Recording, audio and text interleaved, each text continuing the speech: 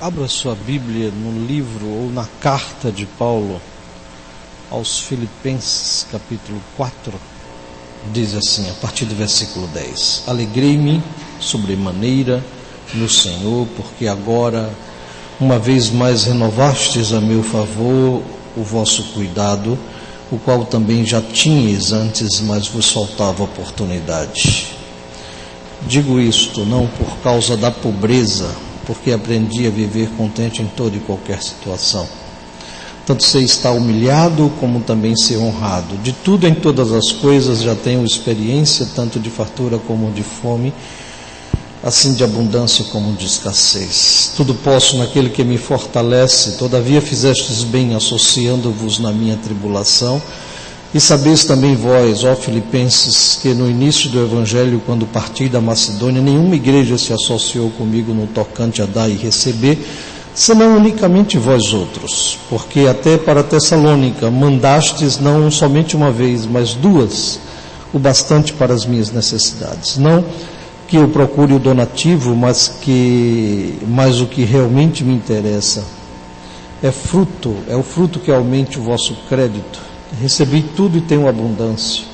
Estou suprido desde que Epafrodito me passou às mãos o que me veio da vossa parte, como aroma suave, como sacrifício aceitável e aprazível a Deus. E o meu Deus, segundo a sua riqueza em glória, há de suprir em Cristo Jesus cada uma de vossas necessidades. Vamos orar? Pai, a gente te agradece, porque a tua palavra foi lida e que ela encontre um lugar muito especial no coração, que ela possa ter em nós guarida, um reservatório, onde abasteça a nossa vida contigo. Oramos o nome de Jesus. Amém. Nós estamos com a temática do mês. Se você olhar no boletim, o mês de novembro, a proposta de estarmos pensando no mês é acolher quem não vê esperança. O texto que nós acabamos de ler fala de um desesperançado e uma igreja que podia dar esperança. Se você observar bem, você vai ver que o texto fala de um apóstolo, Paulo, cujas necessidades eram muitas, e você encontra uma igreja capaz de suprir as necessidades e dar esperança àquele velho pastor, que quando escreve sua carta aos Filipenses, ele já estava preso em Roma, estava não tão novinho, já tinha uma idade avançada e passando por muitas dificuldades e privações. Você vai observar que a igreja que estava na cidade de Filipos era uma igreja que constantemente estava acudindo o desesperançado, acudindo o carecido, acudindo o necessitado apóstolo Paulo. Daí a gente pode perceber o texto de duas dimensões. A primeira dimensão, a dimensão do necessitado, e a segunda dimensão, a dimensão do supridor. Talvez aqui hoje de manhã a gente esteja falando para pessoas que estejam na dimensão do necessitado, do carente, do precisado, ou talvez nesta manhã a gente esteja falando para pessoas que estejam na condição, ou que estejam na condição de supridores, daqueles que abençoam seus irmãos, porque Deus tem lhe dado um pouco a mais daquilo que é necessário. Então o texto nos faz a gente pensar nessas duas dimensões. Eu não sei qual é a sua dimensão. Talvez você diga assim, não, pastor, essa crise de desemprego, eu estou na dimensão do desempregado, do necessitado, do carente. Ou talvez você diga assim, não, pastor, Deus foi muito bom comigo nos últimos anos e eu estou na dimensão daquele que pode suprir, do supridor, daquele que pode abençoar o outro. Talvez você, nesta manhã, esteja ou numa situação, ou numa dimensão, ou numa outra dimensão. Se a gente olhar a vida do apóstolo Paulo, a gente vai ver a vida daquele que estava na dimensão do necessitado, do carente, do precisado de ajuda.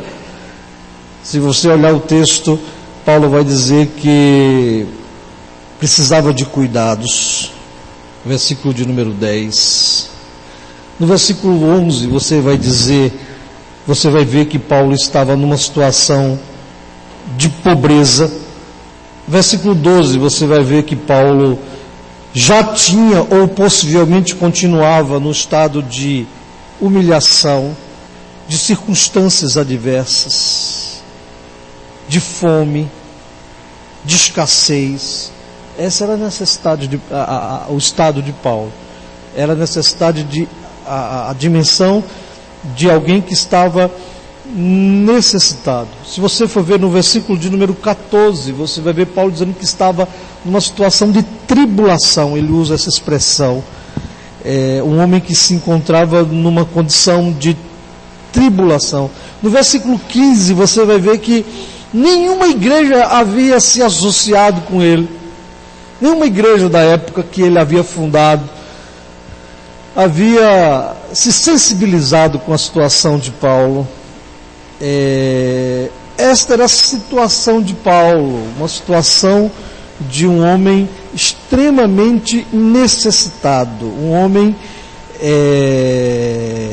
que estava numa carência muito grande. Esta era a situação de Paulo. Talvez muitos aqui estejam nessa situação de adversidade, numa situação de privação, numa situação de pobreza, numa situação de tribulação, numa situação de carências de recursos materiais, financeiros, carência de condições de até mesmo subsistir. Era essa a realidade de Paulo, que talvez seja a realidade de cada um de nós aqui, ou de muitos de nós aqui. No entanto,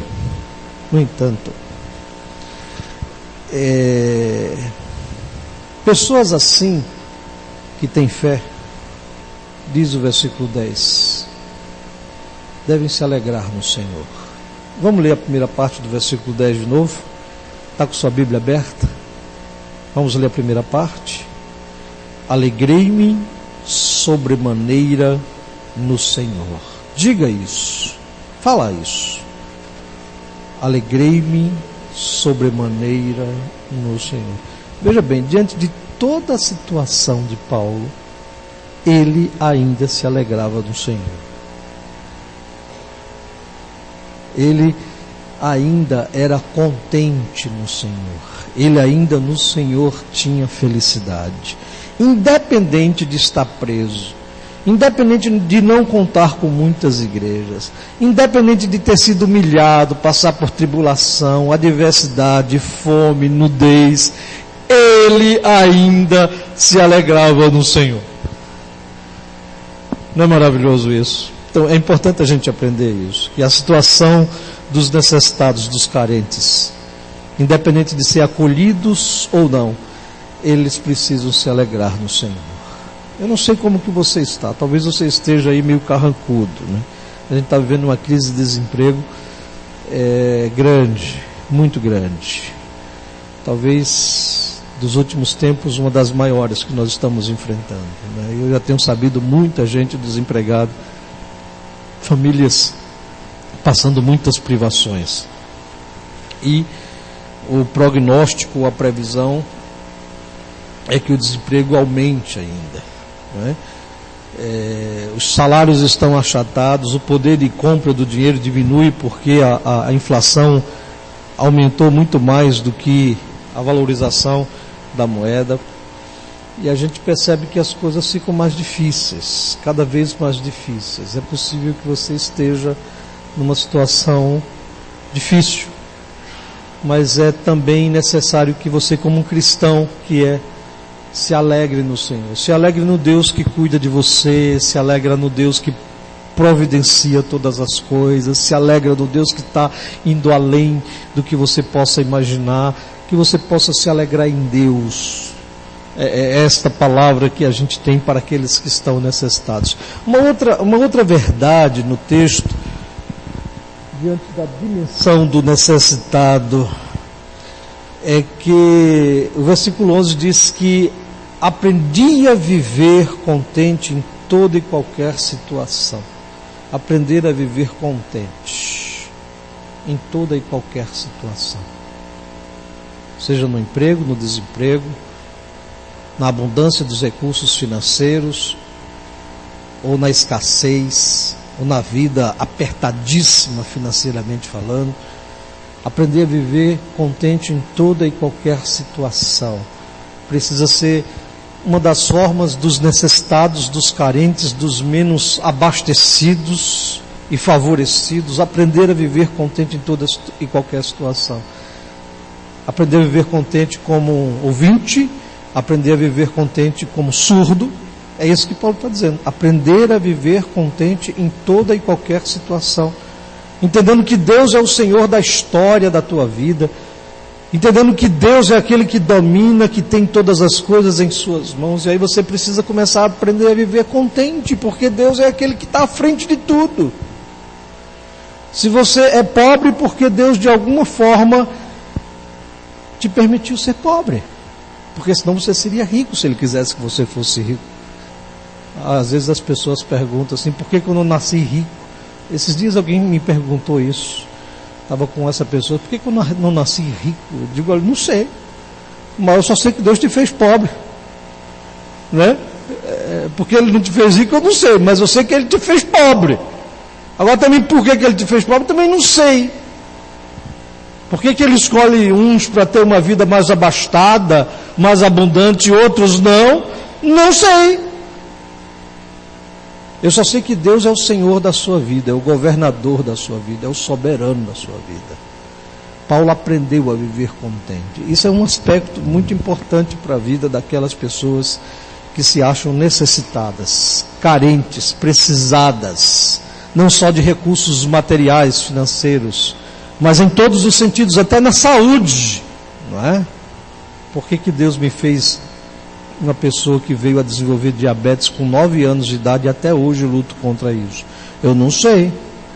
Mas aprenda a viver contente em toda e qualquer situação. Por que você tem o pai que você tem? Não sei. Por que você tem a mãe que você tem? Não sei. Por que você tem um filho que você tem? Não sei. Mas aprenda a viver contente com o pai, com a mãe, com o filho, com o irmão, com a sua enfermidade, com a sua dor, com o seu sofrimento. Aprenda a viver contente em toda e qualquer situação, porque Deus, Ele é o Senhor da sua vida. Contente-se com tudo que Deus tem feito na sua vida. Esse é um dos princípios que a gente entende aqui na vida dos necessitados. O outro princípio é mais sério ainda. Quando ele diz assim, tanto ser está humilhado, como ser honrado. Versículo 12.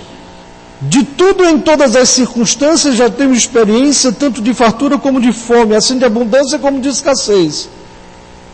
Tudo posso. As pessoas isolam esse texto. Tudo posso naquele que me fortalece. Né? As pessoas isolam esse texto. Não vê o que está acima.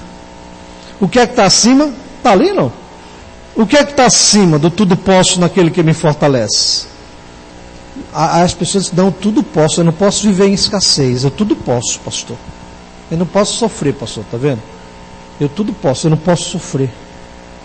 Não, pastor, eu não posso estar desempregado, eu tudo posso. Vou amarrar o desemprego no nome de Jesus. Não é isso que Paulo está dizendo. Você não tem que amarrar o desemprego coisa nenhuma. Você não tem que amarrar a falta de grana coisa nenhuma. Você tem que aprender tudo poder passar e viver com o seu Deus. Não é isso que o texto está dizendo? Eu posso todas as coisas. Aí você pergunta, que coisas? Só as coisas boas, é? Uma vez eu vi uma ilustração desse versículo com o esmiliguido. Vocês conhecem a figurinha do esmiliguido? Aquela formiguinha. Conhece? Aí tinha aquela formiguinha assim, com um elefante. E tinha um versículo dizendo, tudo posso naquele que me... Era uma formiga carregando o quê? Mas não é isso que o texto está dizendo. O texto não está dizendo que você tem que carregar ou pode carregar um elefante. A gente interpreta esse texto para dizer que a gente pode tudo. Enfrentar o desemprego, não ter desemprego, enfrentar a doença, não ter doença. Não é? O texto não está dizendo isso. O texto está dizendo que você pode tudo. Tanto não ter a doença como ter. Mas Deus vai te fortalecer. Tanto ter um emprego como não ter, mas Deus é que vai te fortalecer. Mas não é isso que pregam por aí. As igrejas isolam o versículo e criam heresias, dizendo que o crente tem que ser próspero em todas as coisas. Paulo não está dizendo isso. Paulo não foi próspero. Passou fome, nudez, enfermidade, mas ele podia todas as coisas. Sabe por quê? Porque Deus era quem o fortalecia. As igrejas, alguns pregadores, às vezes por falta de preparo mesmo, por falta de estudar a palavra. Quando um pastor presbiteriano passa pelo menos 4 anos num seminário, espera-se que pelo menos ele saiba ler um texto para explicar um texto à igreja. Mas não é o que acontece por aí. Qualquer pessoa que fala bonitinho coloca para ser o pastor da igreja. E aí o camarada vai falar um monte de coisa.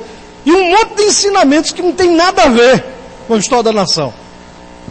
Eu quero te dizer, você que está numa vida de necessidade, de precisão, de carência, é possível que você esteja nisso, mas eu quero que você aprenda a dizer assim: eu estou necessitado, eu estou numa vida de carência, eu estou numa vida de precisão, não é por causa do pecado, coisa nenhuma, porque as igrejas pregam isso, né? Se você está desempregado é porque você tem falta de fé. Se você está com uma doença é porque você tem falta de fé. Não era nada disso. Não tem como existir no aqui e no agora, tentando trazer o céu, que não vai ter doença, não vai ter desemprego, não vai ter crise financeira. Não tem como existir nesta vida, querendo trazer o céu para a terra. Essas coisas não existirão, mas é no céu. Enquanto a gente existir aqui e agora, nós vamos passar por todas as privações e lutas, sejam elas de quais natureza possam ser. É isso que Paulo está ensinando a igreja a entender o sofrimento, a carência e a necessidade de que Deus não é somente o Deus da abundância. Deus não somente é o Deus de quando todas as coisas estão bem. Deus é o Deus quando a gente está encarcerado. Deus é o Deus quando a gente está precisando, está na pobreza, está no desemprego. E Ele quer em todas as coisas, sejam boas, sejam más, sejam fáceis ou sejam difíceis, te fortalecer. As igrejas não pregam isso, né? Pregam que todo desemprego é do diabo, toda enfermidade é do diabo, é do Satanás. Pregam que toda privação que o crente passa é porque ele está em pecado, não tem fé para resolver os seus problemas. Paulo está dizendo de uma outra forma. Paulo está dizendo que todas essas coisas nos sobrevêm. Mas diante de todas essas coisas, é Deus quem nos fortalece. Aí ele diz assim: aprendi a viver contente em toda e qualquer situação. Tudo posso. Esse tudo posso parece uma ideia triunfalista, né? Não foi isso que Paulo estava ensinando. Tudo posso, Paulo não está ensinando uma ideia triunfalista, que você tem que triunfar sobre tudo. Porque há isso pregado nas igrejas por aí, né? Que eu vou triunfar sobre tudo. Paulo não está dizendo, ele está dizendo que tudo ele pode. Lê o que ele disse: tudo posso. Olha lá, o que é que eu tudo posso? Está humilhado como ser o quê? Honrado. Então mesmo quando eu estiver humilhado, eu tudo posso.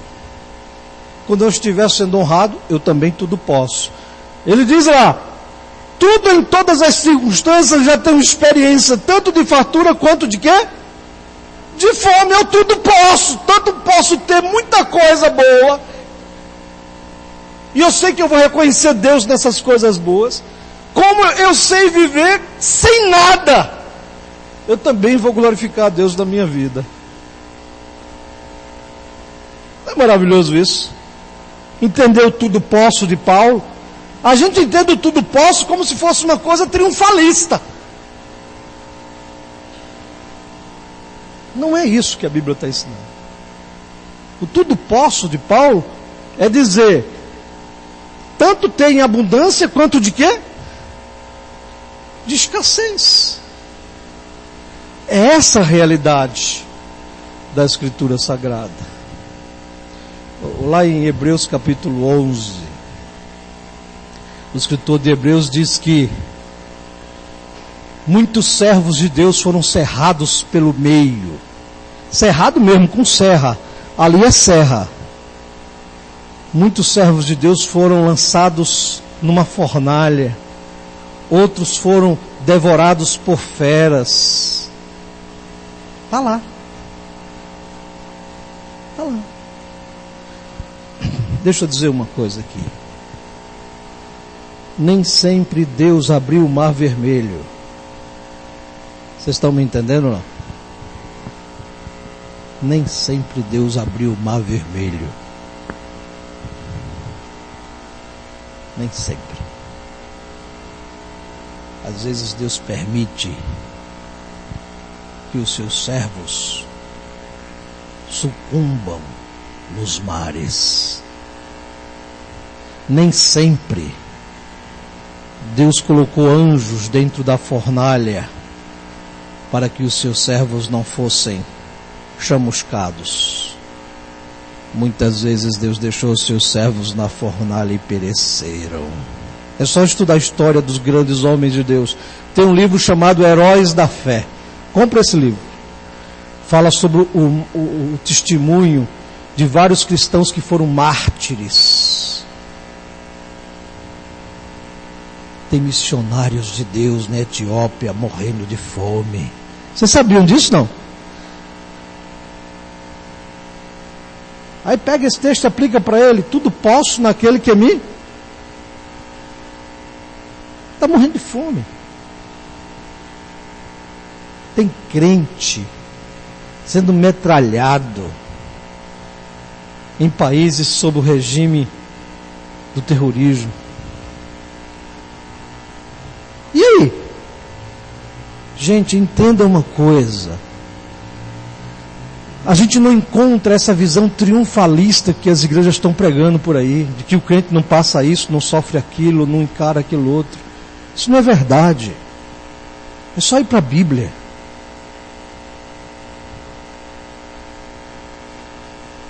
Você vai ver muitos servos de Deus tendo abundância, mas também sofrendo o quê? Escassez. E podemos dizer isso aqui, ó. Tudo posso naquele que me fortalece. Eu posso ter, mas eu também posso o quê? Não ter. Isso mesmo, Estezinho. Está afiada hoje. Eu acredito que é bom a gente parar por aqui, senão vai dar uma congestão na gente. Mas parar por aqui na ótica ou na dimensão do necessitado. Agora, a gente tem uma igreja que era a igreja dos Filipenses, que era aquela igreja que abençoava os necessitados. Neste caso aqui, a pessoa do apóstolo Paulo. Eu quando leio a história desta igreja, a igreja da cidade de Filipos, eu fico assim impressionado. Eu fico impressionado. Era uma igreja que renovava o favor, versículo 10. Dá para voltar no versículo 10? Diz assim, olha só, versículo 10. Alegrei-me sobremaneira no Senhor, porque agora mais uma vez renovastes a meu favor o vosso cuidado. Era uma igreja que não cansava de renovar o favor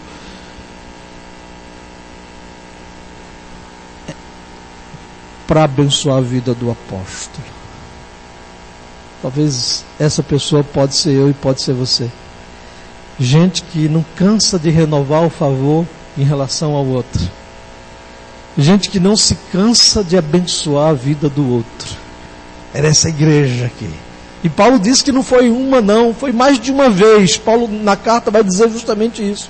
Que eles investiram em Paulo. Veja bem, hoje em dia ser pastor na igreja não é tão difícil, né? A gente tem a côngora, que é o salário pastoral mensal. Mas naquela época não tinha isso. Paulo vivia de ofertas generosas por parte da igreja. A igreja era aquele povo que renovava o favor em prol do apóstolo Paulo. E eu quero entender que nós somos essa igreja, viu, irmãos? Nós somos o mesmo povo comprado, lavado pelo sangue do Cordeiro. Nós somos essa igreja que, assim como os filipenses, precisamos sempre renovar o nosso favor em relação a outra pessoa.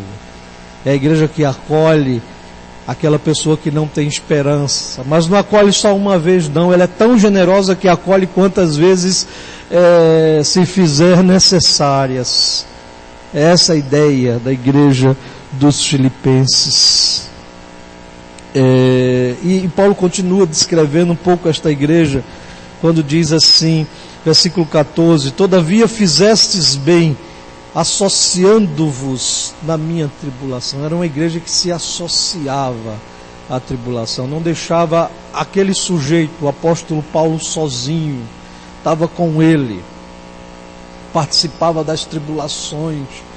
Uma igreja solidária, uma igreja cheia de empatia com a necessidade do outro.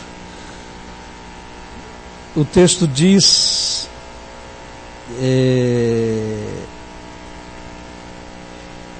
que eles proviam as necessidades de Paulo.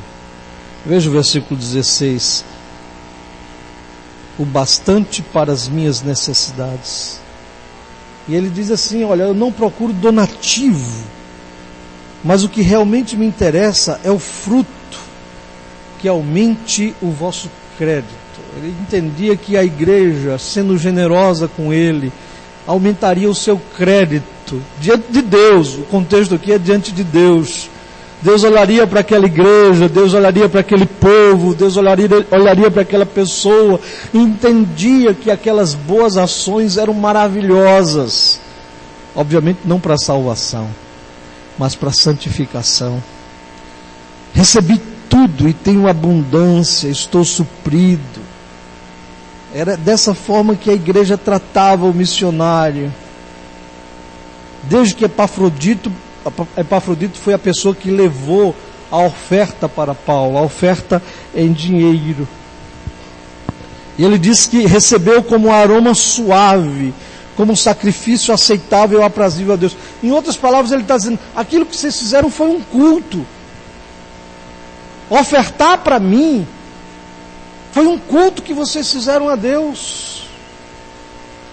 E a certeza de Paulo era que Deus haveria de suprir cada uma das necessidades da igreja de Filipe. Eu quero também que você tenha essa necessidade. Vamos ler o versículo 19 juntos, vamos ficar de pé. Veja o versículo 19, vamos ler juntos. E o meu Deus, antes da gente encerrar, eu vou perguntar o que é que Deus é o que aí que Paulo diz? Ele é o quê? Qual é a condição de Deus? Hein? Qual é a condição de Deus, hein? Deus é o quê? Rico! Deus é o quê? Rico! Rico! Tudo ele tem. Tudo lhe pertence. Deus haverá de fazer o quê? As necessidades. Necessidades. Ele sabe o que você necessita e o que você precisa. E Ele poderá te suprir. Ele poderá te suprir. No tempo dele, no modo dele, e não no seu.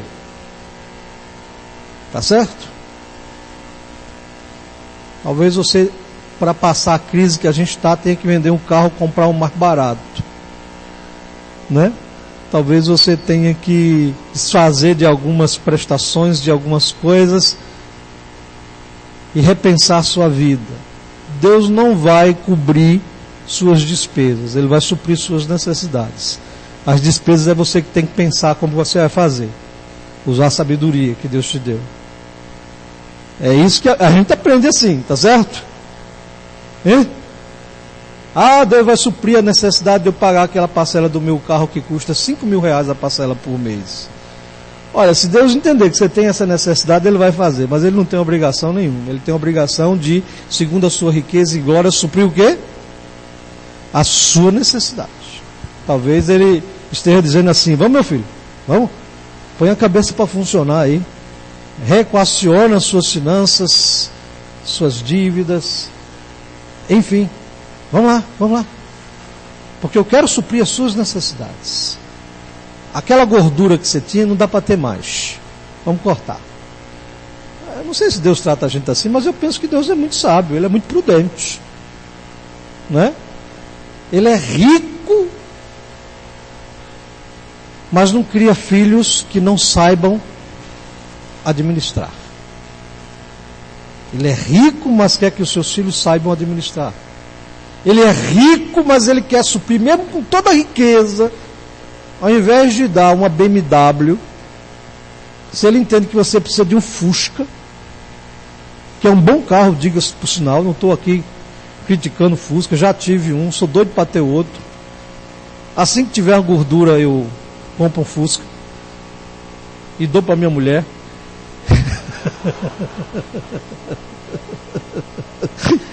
Vocês estão rindo? Estão achando que eu sou ruim, né? É porque ela adora Fusca. Ela ama um Fusca. Já me falou várias vezes: compra um Fusca para mim. Ainda vou fazer isso, pegar o carro dela, vender e vou comprar um Fusca. Deus é rico, mas Ele não supre os nossos luxos. Ele supre o quê? Nossas necessidades. Vamos orar? Pai, abençoa os irmãos que estiverem na condição como a igreja de Filipos, de serem supridores, abençoadores dos outros, que sejam generosos, que não ajudem 1, 2, 3 vezes, mas que a vida seja um culto, as boas obras seja uma forma de cultuar ao Senhor em prol dos nossos irmãos que menos têm e que precisam.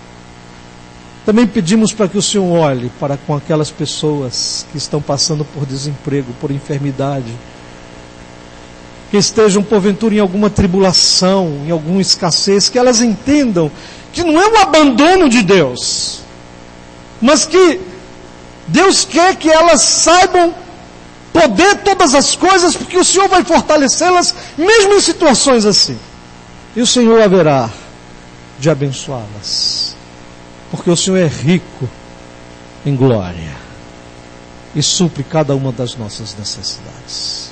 Oramos no nome de Jesus, que a graça do nosso Senhor e Salvador Jesus Cristo, o amor de Deus o nosso Pai, a comunhão, o consolo do Divino Espírito estejam com vocês agora e para sempre. Amém.